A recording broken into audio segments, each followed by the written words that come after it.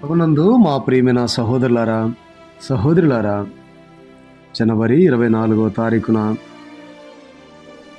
పరిశుద్ధ గ్రంథము నుండి కీర్తన 40వ అధ్యాయం 8వ వచనం. నా దేవా, నీ చిత్తము నెరవేర్చుట నాకు సంతోషము అను దైవమర్మములు అనే పుస్తకములో నుండి మీకు ఈ సంగతిని తెలియజేస్తున్నాం. మన పరిస్థితులలోనూ, అనుభవంలోనూ, బాధ్యతలలోనూ మనకు నిజంగా బలమైన యెహోవా యందలి ఆనందమే నిజమైన ఆత్మీయ ఎదుగుదలలోని రహస్యము. కొద్ది నెలల వరకు మాత్రమే కాకుండా అనేక సంవత్సరముల వరకు ఆత్మీయంగా పసిబిడ్డలుగా ఉండుట సాధ్యమే. విచారకరమైన సంగతి ఏమనగా అనేకులు ఆ రీతిగానే ఉన్నారు. అయితే తన బిడ్డలలోని ప్రతి ఒక్కరూ బాధ్యతను వహించగలిగిన సంపూర్ణ ఎదుగుదలకు రావలసిన నీయే ఆయన కోరుచున్నాడు. నీవు అనుదినము ఎదగవలెనన్నదియే దేవుని కోరిక.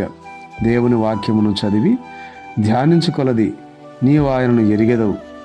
తద్వారా ఆయన సన్నిధిలో గడపవలెనను ఆకలి నీలో అధికమగును.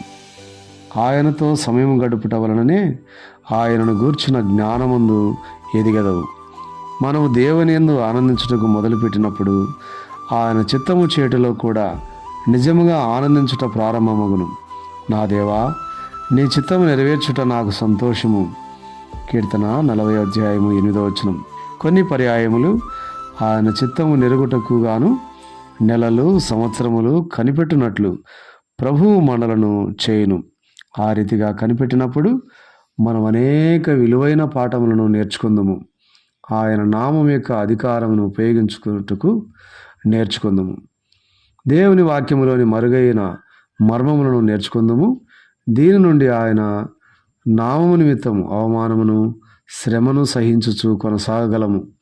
ఈ అనుభవములన్నిటి గుండా వెళ్ళుట ద్వారా మనం ఆత్మీయంగా ఎదిగిన స్థితిలోనికి వచ్చేదము. అనగా దేవుడు మనకై కలిగి ఉన్న ఆత్మీయ బాధ్యతను భరించుటకై సిద్ధపరచబడుదుము. దేవుడి మాటలను దీవించునుగాక. ఆమెన్.